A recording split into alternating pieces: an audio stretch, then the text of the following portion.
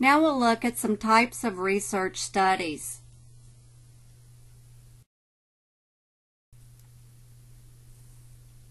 The learning outcomes include: explain several types of research studies such as exploratory research, descriptive research, research to test hypotheses, and case studies. We'll also compare and contrast the different types of research studies, and we'll list the steps that you use in conducting research, no matter the type of research that's completed.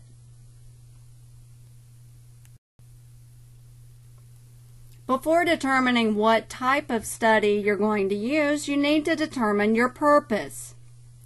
What I've done here is include a few examples of questions, research questions that were asked at the UMass Center for mHealth and Social Media. For instance, can mobile apps help with weight loss problem solving? For instance, perhaps if someone is trying to decide what to purchase at Wendy's in order to remain within a certain number of calories, fat, sodium, whatever it might be, would they turn to a mobile app that would be able to help them determine which option they should choose? Another example, are there benefits to being a blogger?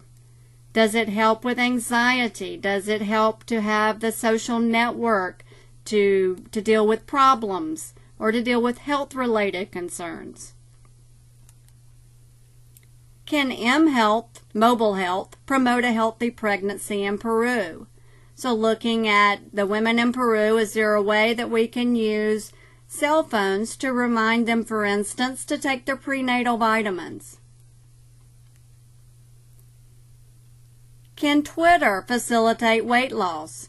Can using a network of like-minded people trying to lose weight help you lose weight by giving you a support system, by giving you a way that you have to check in every week and weigh in?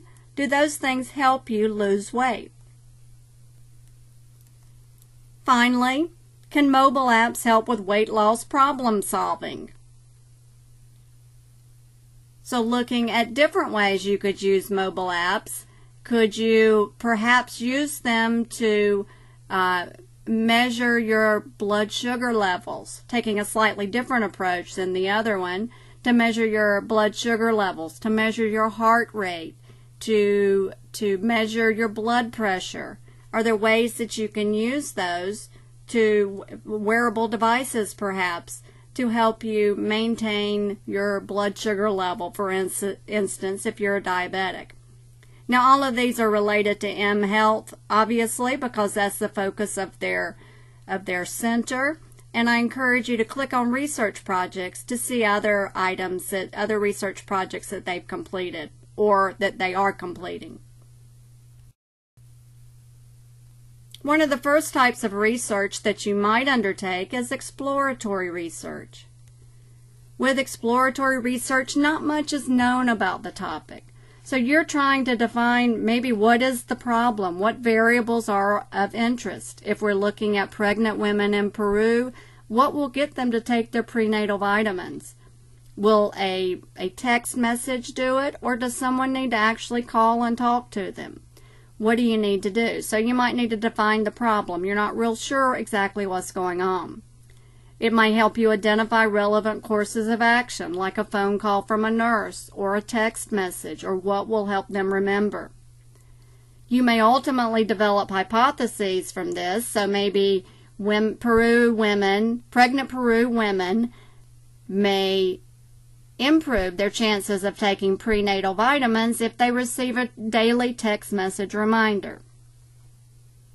Exploratory research also may help you learn more about the problem prior to developing the approach. So maybe you do a focus group of pregnant women in Peru and see which method works better, just 10 people or so, to see if they prefer a phone call or a text message. It may help you then establish priorities for where you go in the future. So maybe they don't want to receive a phone call, but text messages work. Some of that may be cultural. Some cultures may prefer a phone call over a text message. The exploratory research may help you identify a network of associations among variables. A variable might be text message reminder. The outcome you're hoping to improve is the taking of the prenatal vitamin, which is another variable. So you may measure the frequency of text messages and the amount of times they took their prenatal vitamins as scheduled. So exploratory research really goes out when you're not real sure of the problem and helps you define it for future research.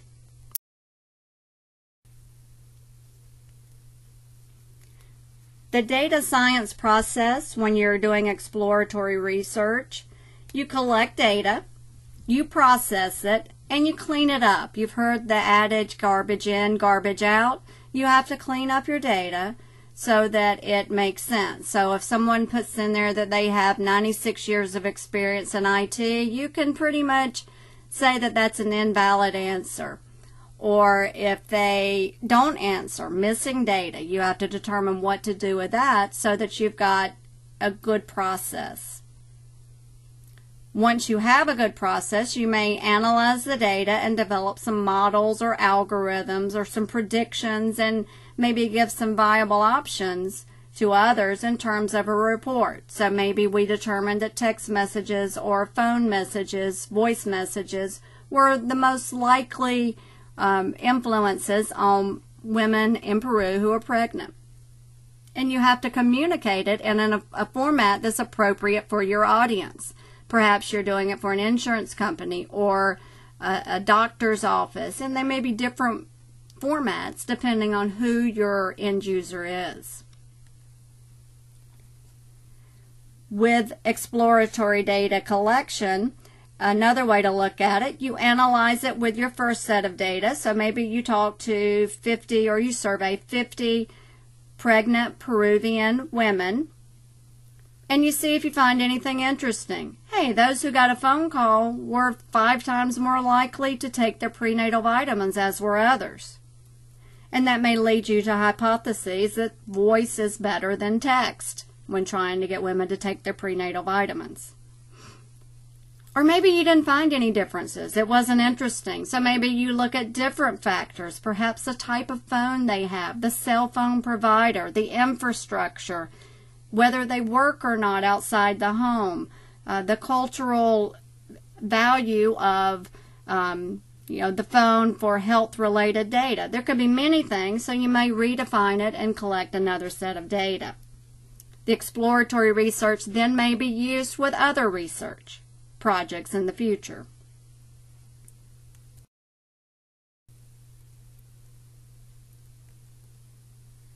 Descriptive research is the one you see most frequently. You probably have been asked to do a survey yourself here recently, and with that you may say how strongly you agree or disagree that KSU parking is easy, or that the fees are reasonable. Instead of surveys, you might interview people with a script. That obviously may give you richer data because people aren't just saying strongly agree or disagree. They're saying, well, yeah, the parking's fine for me, but I'm a graduate student. I go to KSU Center. When I was an undergrad, it was terrible.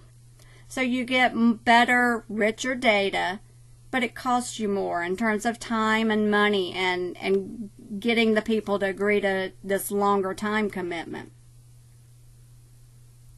A third way that you might use descriptive research is by observing and seeing what people do and how they react. You may observe them and tell them you're doing it, or you may observe them and tell them you're not, or not tell them you're doing it. People react differently when they think they're being watched. They may perform better or worse. Just knowing you're being watched causes you to change your behavior.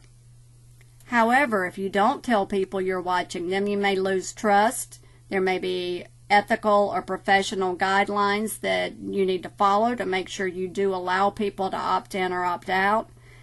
And if you don't tell them you are watching them, and you are, and they later find out, they may change their behavior in unexpected ways then as well.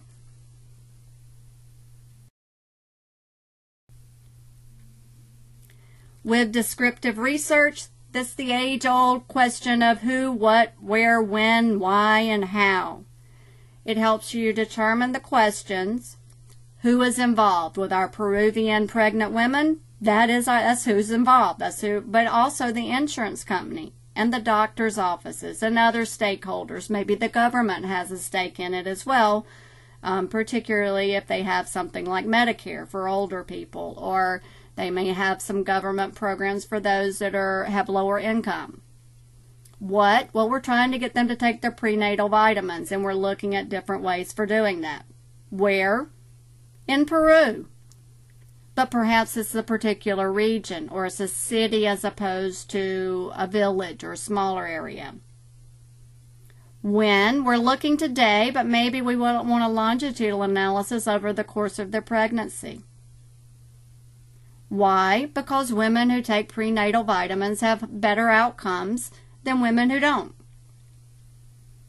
How? Well, we're going to remind them to take their prenatal vitamin with a text message perhaps, and then we're going to ask them, did you then take your prenatal vitamin? Or we're going to call them and tell them to take their prenatal vitamin and ask them to tell us when they took it. This helps us develop questions and develop some answers that may help in later research.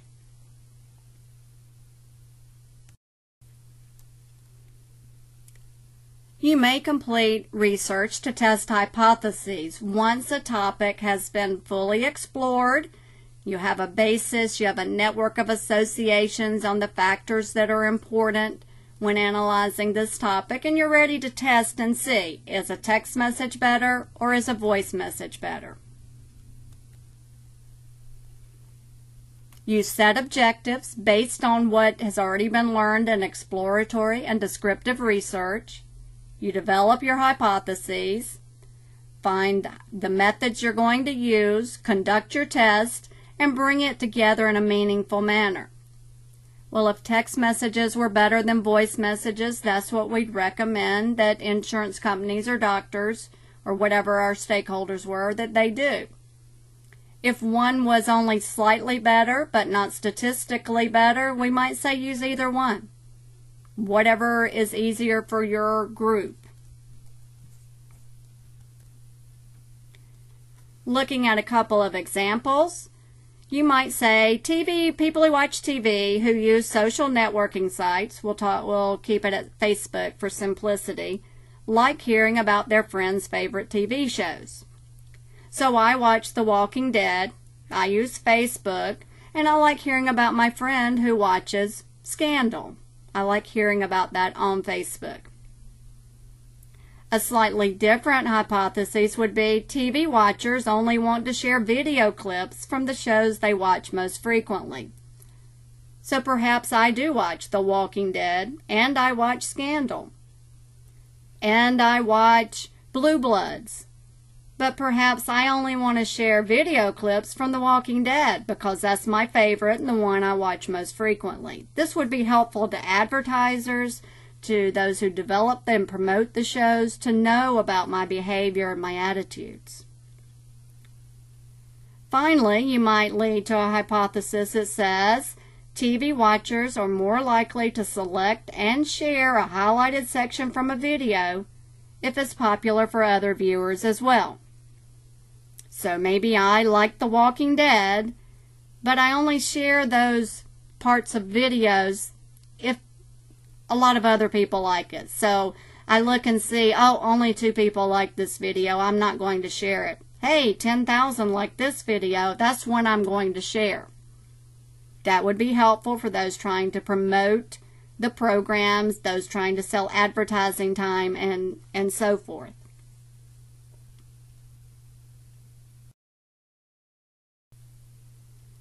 Case studies are another way that you might conduct research studies. They are typically done with one organization or a small group of organizations because you want to solve a problem there. So you may create or refine a hypothesis that's already been developed through exploratory and descriptive research, and maybe a few hypotheses have been tested, but you want to see how it works in your situation.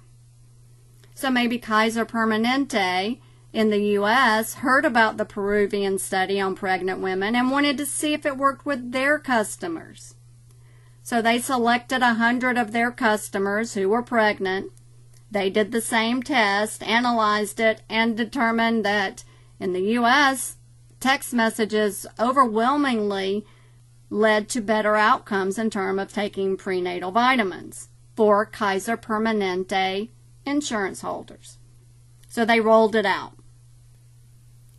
That may or may not be true for Blue Cross Blue Shield or for United or any other insurance company, or for the U.S. government who runs Medicare and Medicaid also with the states, but they may have different customers with different desires for how they get communicated information.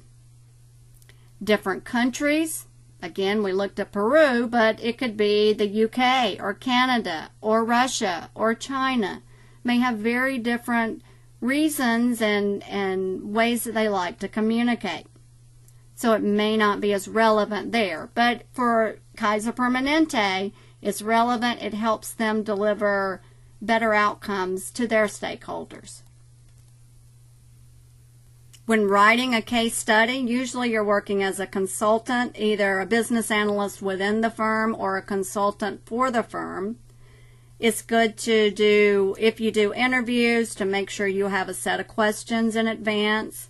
You ask people, how do they like to receive reminders?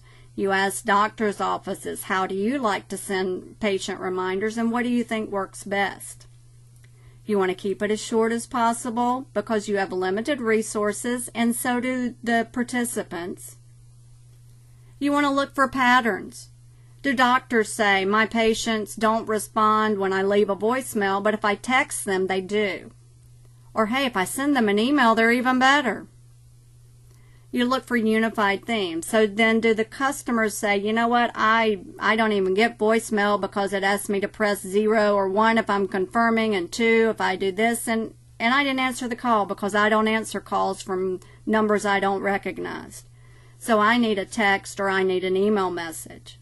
Do you see themes? Maybe in this case, voicemail does not work for Kaiser Permanente customers in the U.S., but it might work in Alabama, or it depends on many situations, and so a case study might be on a particular state or city or country or region, and it may not be externally applicable, but it may be very applicable to you and to your particular situation. It can be expensive to do case studies for more than one or a small number of organizations or groups, but you get rich data.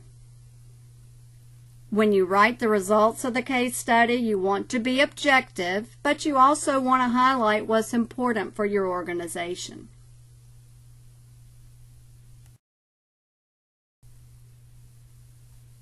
There's also a business case format, a general format you might use, and here you look at the problem.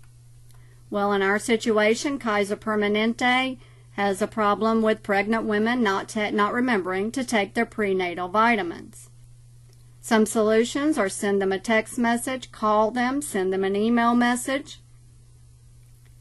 The approach, we're going to interview doctors and people, patients and their caregivers and their family and the insurance representatives to see what options that are most cost effective. We're going to look at the risk associated. What if we call them, we have a wrong number, and we never remind them to take their prenatal vitamins? What's the cost? In this case, it could be a health outcome that's poor. So do we need backup methods? And what value is generated using each option? Is it more effective to call, to text, to tell them at the appointment, to email them? What works best to give us better patient outcomes, which saves us money?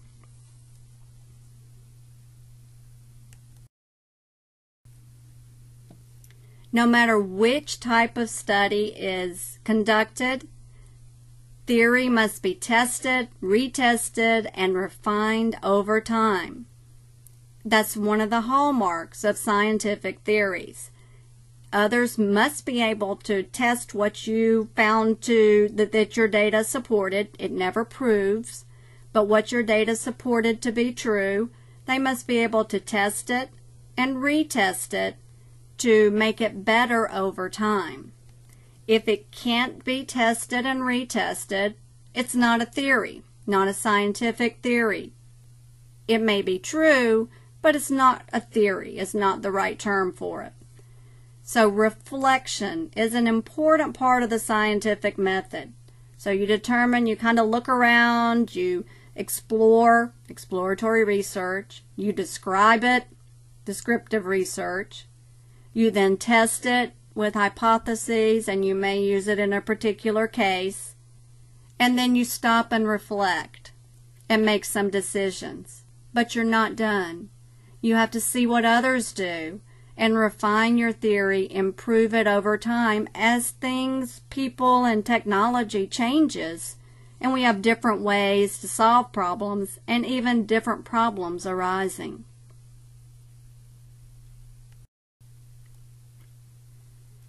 In summary, we looked at 3 different types of studies and discussed how the purpose of your study helps you determine which type to use. Exploratory, which tries to learn more about the problem, not much is known. Descriptive, you describe the variables of interest for the problem you're discussing. You may do surveys or interviews. Testing hypotheses once you've developed a good understanding of the topic. And case studies, which may be very valuable to organizations or similar organizations, but which may lose some ability to generalize to other situations that are different. There are other types of research studies, but we've just looked at the 4 most popular. Each type of study has inherent strengths and weaknesses. Some cost more than others in terms of time, money, people involved. They have different outcomes depending on what you're trying to do. Anytime you ask people to self-report what they've done, people may lie. There are many inherent weaknesses with that. And case studies have the limited external generalizability. An important fact to remember is that as scientific theories, you must test and retest over time as things change to further develop your theory. Reflection, modification, changes, and further retesting are critical to the development of valid theory that can be used to make better business decisions.